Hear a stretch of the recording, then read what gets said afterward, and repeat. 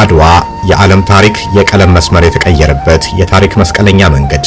የአድዋ ድል በ1888 ዓ.ም በአፍሪካ ተራሮች ላይ የተካሄደ ወታደራዊ ግጭት ብቻ ሳይሆን በመላው ዓለም ተበትነው ለሚገኙ ጥቁር ሕዝቦችና በቅኝ ግዛት ቀንበር ስር ለነበሩ የምስራቃውያን ሀገሮች የነጻነት ፋና ሆኖ ያበራ የታሪክ ክስተት ነው።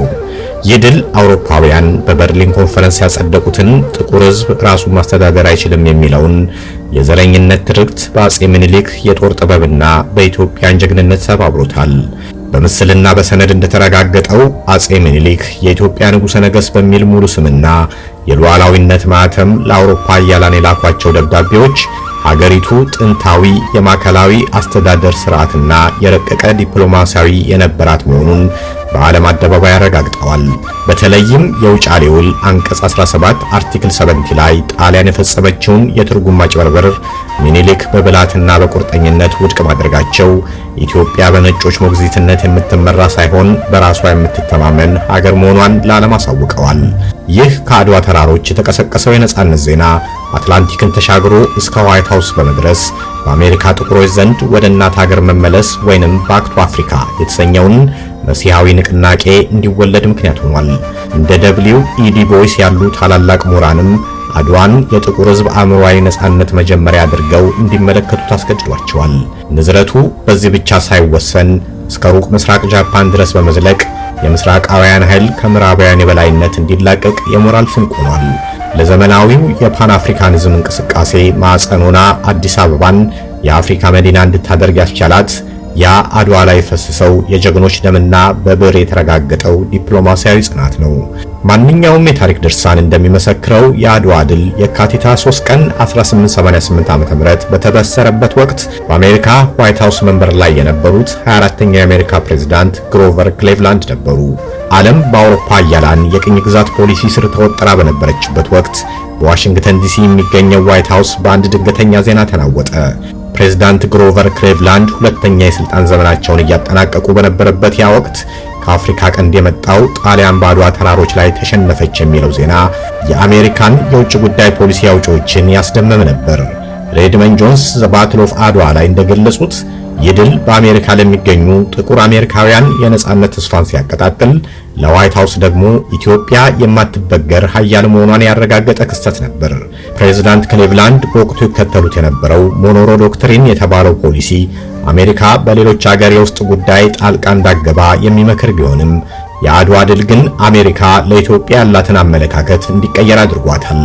ሃሮልድ ማርከስ እንደሚተርኩት የአድዋ ድል ከተመዘገበ ከጥቂት ዓመታት በኋላ አሜሪካ ከአጼ ምኒልክ ጋር ዲፕሎማሲያዊ ግንኙነት ለመመስረትና የንግዱን ለመፈራረም ፍላጎት ያሳየችው በዚሁ በክሌቭላንድ ዘመን በተጣለው መሰረት ነው። ሪቻርድ ፓንክረስት እንዳሰፈሩት በክሌቭላንድ አስተዳደር ስር የነበሩ አንዳንድ ዲፕሎማቶች እንዴት አንድ የአፍሪካ ሀገር የአውሮፓ ኃያልን ሊያሸንፍ ይችላል በሚል ጥያቄ ተሞልተው ነበር። ይህ በክሌቭላንድ ዘመን የተሰማው የአድዋ ድል ዜና ነው። በኋላ ላይ በፕሬዝዳንት ቴዎዶር ሩዝቬልት ዘመን አሜሪካ ለመጀመሪያ ጊዜ ወደ አዲስ አበባ ይፋዊ መልእክተኛ እንድትልክና የሚኒሊክን ታላቅነት በይፋ እንድታውቅ በር የከፈተ ነው። ዛሬ ታሪኩን ስንመለከት ክሌቭላንድ በዋይት ሃውስ በነበሩበት ወቅት አጼ ምኒልክ በአድዋ ተራሮች ላይ የጥቁር ሕዝቦች የነጻነት ሰነድ በደም መጻፋቸው በሁለቱ ሀገራት መካከል ለሚፈጠረው የዘመናት ወዳጅነት የመጀመሪያው የመቀስቀሻ ደወል ነበር። የአድዋ ድል ዜና ወዲያውኑ ከነጩ ቤተ መንግሥት በዘለለ ወደ ሕዝቡ ጆሮ እንደ ሰደድ እሳት ተዳረሰ። በ19ኛው ክፍለ ዘመን ማብቂያ ላይ በአሜሪካ ምድር የሚገኙ ጥቁሮች በጂም ክሮ የዘረኝነት ሕግጋቶችና በሊንቺንግ በግፍ መሰቀል ሰቆቃ ውስጥ በነበሩበት ያጨለማ ዘመን ከአትላንቲክ ውቅያኖስ ማዶ አንድ የብርሃን ቃል ተሰማ። እርሱም ኢትዮጵያ አሸነፈች የሚል ነበር። ሬድመንድ ጆንስ ዘ ባትል ኦፍ አድዋ በተሰኘው መጽሐፋቸው ላይ እንደገለጹት የአድዋ ድል ለአፍሪካ አሜሪካውያን ተራ ወታደራዊ ድል ሳይሆን እግዚአብሔር ለጥቁር ሕዝብ የሰጠው የነጻነት ምልክት ተደርጎ ተቆጠረ። ይህ ድል ነው ወደ እናት ሀገር መመለስ ወይንም ባክ ቱ አፍሪካ ለተሰኘው ንቅናቄ ታላቅ መንፈሳዊና ፖለቲካዊ ሞተር የሆነው። በወቅቱ የነበሩ ጥቁር አሜሪካውያን መሪዎችና የሃይማኖት አባቶች ኢትዮጵያን እንደ ቅድስት ሀገር ወይንም ዛይን መመልከት ጀመሩ። ሪቻርድ ፓንክረስት እንደሚተርኩት የአድዋ ድል ዜና ዋይት ሃውስ ደርሶ ፕሬዝዳንት ክሊቭላንድን ባስደመመበት ወቅት በሃርለምና በቺካጎ ጎዳናዎች ላይ የሚኖሩ ጥቁሮች ግን የጥቁር ንጉሥ ነጭን አሸነፈ እያሉ በደስታ ይጨፍሩ ነበር። ይህ ክስተት ኢትዮጵያዊነት ወይንም ኢትዮጵያኒዝም የተሰኘውን ንቅናቄ ወለደ። ጥቁሮች በዚህች የነጻነት ምድር ኢትዮጵያ ውስጥ መኖር አለብን የሚል ጽኑ እምነት አሳደሩ። ሃሮልድ ማርከስ እንዳሰፈሩት አጼ ምኒልክ ለአሜሪካ ጥቁሮች የላኩት መልእክትና ያሳዩት አቀባበል ለንቅናቄው መጠናከር ትልቅ አስተዋጽኦ ነበረው። በተለይም በ19ኛው መቶ ክፍለ ዘመን ላይ አጼ ምኒልክ ጥቁር አሜሪካውያን ወደ ኢትዮጵያ መጥተው ዕውቀታቸውንና ሀብታቸውን እንዲያፈሱ ጥሪ ማድረጋቸው ወደ እናት ሀገር መመለስ የሚለውን ህልም ወደ ተግባር ቀየረው። ዶክተር ወርቅነህ እሸቴ፣ ዶክተር ቻርልስ ማርቲን የመሳሰሉ ጥቁር ምሁራን ወደ ኢትዮጵያ መጥተው በከፍተኛ ኃላፊነት ቦታ ላይ መመደባቸው ለአሜሪካ ጥቁሮች ኢትዮጵያ የሁላችንም ኩራት ናት የሚል ማረጋገጫ ሆነ። ይህ የአድዋ ድል የፈጠረው ወኔ ነው በኋላ ላይ ለማርከስ ጋርቬ ታላቅ የባክ ቱ አፍሪካ ንቅናቄ መሰረት የሆነው። ጋርቬ ኢትዮጵያዊነት የሚለውን ሐሳብ ሲያቀነቅን የአድዋን ድል እንደ ዋና ማጣቀሻነት ይጠቀም ነበር። በጋርቬ አይን አድዋ ማለት ጥቁር ሕዝብ ራሱን ማስተዳደር እንደሚችል ለዓለም ያሳየበት የነጻነት ካርታ ነው። በመሆኑም በአንደኛው ክፍለ ዘመን መጀመሪያ ላይ በሺዎች የሚቆጠሩ ጥቁር አሜሪካውያን ወደ ምኒልክ ሀገር እንሂድ በማለት ሻንጣቸውን የሸከፉበት ያ የአድዋ ድል የሰጣቸውን የማንነት ክብር ፍለጋ ነበር። ዛሬም ድረስ በአሜሪካ ጥቁሮች ታሪክ ውስጥ ኢትዮጵያ የነጻነት ተምሳሌት ሆና የምትጠቀሰው አጼ ምኒልክ በአድዋ ተራሮች ላይ የፈጸሙት ጀግንነት የውቅያኖሱን ሞገድ አቋርጦ በባርነት ለነበሩት ወንድሞቻቸው እጆቻችሁን ወደ እግዚአብሔር ዘርጉ ነጻነታችሁ ቀርቧል የሚል ተስፋን ስለዘራባቸው ነበር። በተለይ በ20ኛው ክፍለ ዘመን መጀመሪያ ላይ የጥቁር ሕዝብን ሁለንተናዊ ነጻነት ለማምጣት የታገሉት ታላቁ ምሁርና የታሪክ ጸሐፊ W.E. ዱ ቦይስ ለአድዋ ድልና ለአጼ ምኒልክ የነበራቸው አመለካከት እጅግ ጥልቅና ረቂቅ ነበር። ሃሮልድ ማርከስ እንደሚያመለክቱት ዱ ቦይስ አድዋን የሚመለከቱት እንደ አንድ ወታደራዊ ግጭት ሳይሆን የዓለም ታሪክ አቅጣጫ የተቀየረበት የታላቁ የዘር ግጭት ውጤት ወይንም በግሎባል ከለር ላይን አድርገው ነበር። ዱ ቦይስ በ1915 በጻፉት ዘ ኤንስ በተሰኘው መጽሐፋቸው ላይ ዘ ኤንስ ያልኩት ስሙን ላለመጥራት ነው፣ ኢትዮጵያን የጥቁር ሕዝብ ስልጣኔ ምንጭና የነጻነት አርማ አድርገው አቅርበዋታል። ሪቻርድ ፓንክረስት እንዳሰፈሩት ዱ ቦይስ የአድዋን ድል ሲተነትኑ ኢትዮጵያ በአድዋ ተራሮች ላይ የጣሊያንን ወራሪ ኃይል ስታሸንፍ በአውሮፓውያን ዘንድ ተቀርጾ የነበረውን ጥቁር ሕዝብ ማሸነፍ አይችልም የሚለውን የተሳሳተ ሳይንሳዊ ትረካ ሰባብራለች ብለዋል። ለዱ ቦይስ አጼ ምኒልክ የጥቁር ሕዝብ ኩራት ብቻ ሳይሆኑ ለዓለም አቀፍ የፓን አፍሪካኒዝም እንቅስቃሴ መሰረት የጣሉ ታላቅ መሪ ነበሩ። ዱ ቦይስ 1900 ዓ.ም በለንደን በተካሄደው የመጀመሪያው ፓን አፍሪካን ኮንፈረንስ ላይ ኢትዮጵያን እንደ ማዕከል አድርገው መነጋገሪያ አድርገዋታል። ሬድመን ጆንስ እንደሚተርኩት ዱ ቦይስ በአሜሪካ ለሚገኙ ጥቁር ምሁራን ሲሰብኩ አድዋ የጥቁር ሕዝብ የአእምሮ ነጻነት ሜንታል ኢማንሲፔሽን መጀመሪያ ነው ይሉ ነበር። ምክንያቱም ድሉ ጥቁሮች በራሳቸው እንዲተማመኑና ማንነታቸውን በኩራት እንዲቀበሉ አድርጓቸዋል። ዱ ቦይስ ከአጼ ምኒልክ ቤተ መንግሥት ጋር በደብዳቤ ይገናኙ የነበሩ ሲሆን ኢትዮጵያ በሊግ ኦፍ ኔሽን ውስጥ እንድትገባና የጥቁር ሕዝብ ድምፅ እንድትሆን ከፍተኛ ጥረት አድርገዋል። ዱ ቦይስ በሕይወታቸው መጨረሻ ላይ ወደ አፍሪካ ሲመለሱና በጋና ሲያርፉ በልባቸው ውስጥ ተቀርጾ የነበረው የአድዋ ድል የፈጠረው የማይበገር ጥቁርነት መንፈስ ነበር። ለአድዋ ድል የነበራቸው ፍቅርና አክብሮት በአሜሪካ የሲቪል መብት ትግል ውስጥ ለተሳተፉ ጥቁሮች ሁሉ እንደ ትልቅ የሞራል ስንቅ ሆኖ አገልግሏል። ዱ ቦይስ አድዋን የጥቁር ሕዝብ የታሪክ መዝገብ መክፈቻ አድርገው በማቅረብ የዓለምን የታሪክ አጻጻፍ ሂስቶሪዮግራፊ ለመቀየር ችለዋል። በW.E. ዱ ቦይስ አእምሮ ውስጥ የተጠነሰሰውና በአጼ ምኒልክ የአድዋ ድል የተመሰከረለት የጥቁር ሕዝብ አንድነት ሐሳብ ከግማሽ ክፍለ ዘመን በኋላ ለዘመናዊው የአፍሪካ አንድነት ድርጅት OAU መወለድ ዋነኛ መሰረት ነበር። ሃሮልድ ማርከስ እንደገለጹት አዲስ አበባ የአፍሪካ ዲፕሎማሲ ማዕከል ለመሆን የበቃችው በአጋጣሚ ሳይሆን በአድዋ ድል ማግስት ኢትዮጵያ የነጻነት ተምሳሌት ሆና በመገኘቷ ነው። ዱ ቦይስ እና ምኒልክ የጀመሩት ያ መንፈሳዊና ዲፕሎማሲያዊ ትስስር አፍሪካውያን አንድ ካልሆንን እንጠፋለን የሚለውን መመሪያ እንዲይዙ አድርጓቸዋል። ሪቻርድ ፓንክረስት ዘ ኢትዮጵያንስ በሚለው ድርሳናቸው እንደሚተርኩት ዱ ቦይስ በለንደንና በፓሪስ ባካሄዷቸው የፓን አፍሪካን ኮንፈረንሶች ላይ ኢትዮጵያን እንደ ተስፋይቱ ምድር ነበር የሚያቀርቧት። ይህ የዱ ቦይስ ትርክት በአፍሪካ የነጻነት ታጋዮች እንደ ኳሜ ንክሩማና እንደ ጆሞ ኬንያታ ልብ ውስጥ ሰርጾ ገባ። እነዚህ መሪዎች አዲስ አበባን ሲመለከቱ ምኒልክ አውሮፓውያንን ድል ያደረጉበትና የጥቁር ሕዝብ ሉዓላዊነት የጸናበት ምድር አድርገው ነበር። በመሆኑም እንደ አውሮፓ አቆጣጠር በ1963 የአፍሪካ አንድነት ድርጅት ሲመሰረት አዲስ አበባ የማዕከልነት ቦታ ያገኘችው በታሪካዊ ግዴታና በምኒልክ የአድዋ ድል ውል ነበር።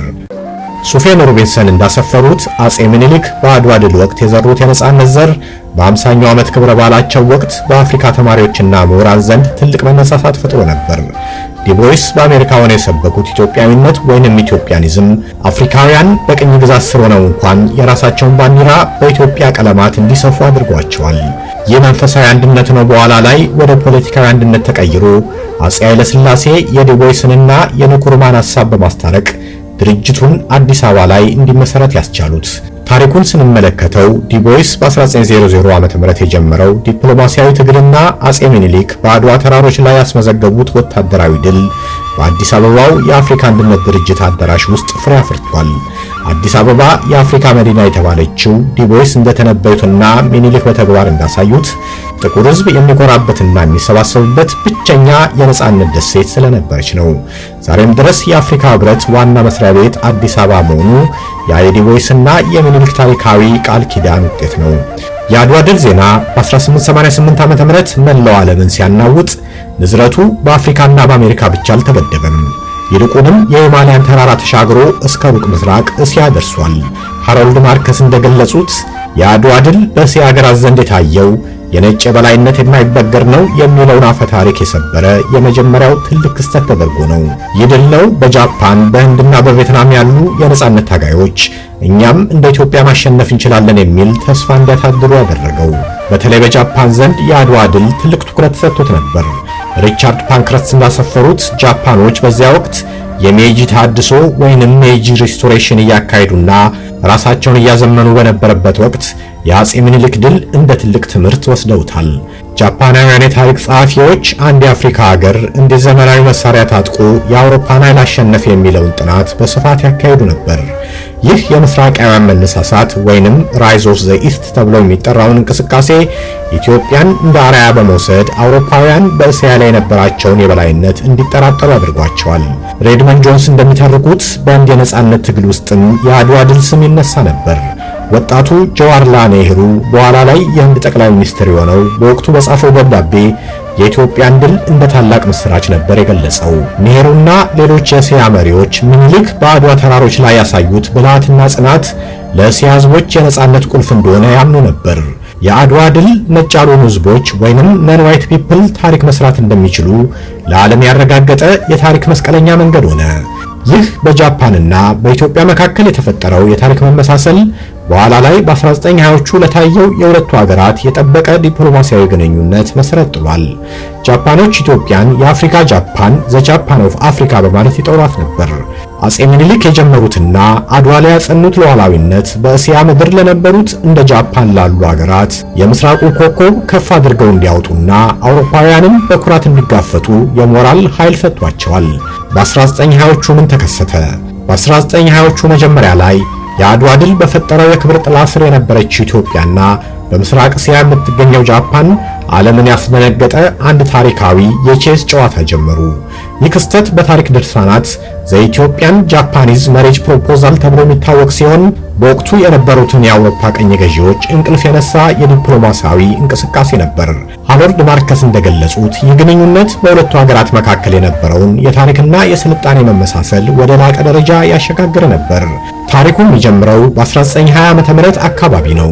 በወቅቱ የውጭ ጉዳይ ሚኒስትር የነበሩት ብላቴ ጌታሩይ ወልደ ሥላሴ ወደ ጃፓን ባደረጉት ይፋዊ ጉብኝት የጃፓንን ፈጣን እድገትና ዘመናዊነት ተመልክተው በግርም ተሞሉ።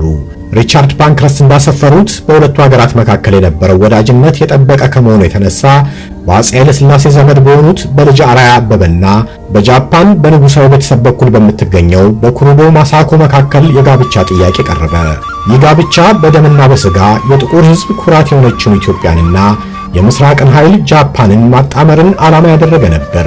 ይህ ዜና አውሮፓ ሲደርስ ፈረንሳይ፣ እንግሊዝና በተለይ ጣሊያን ከፍተኛ ድንጋጤ ውስጥ ወደቁ።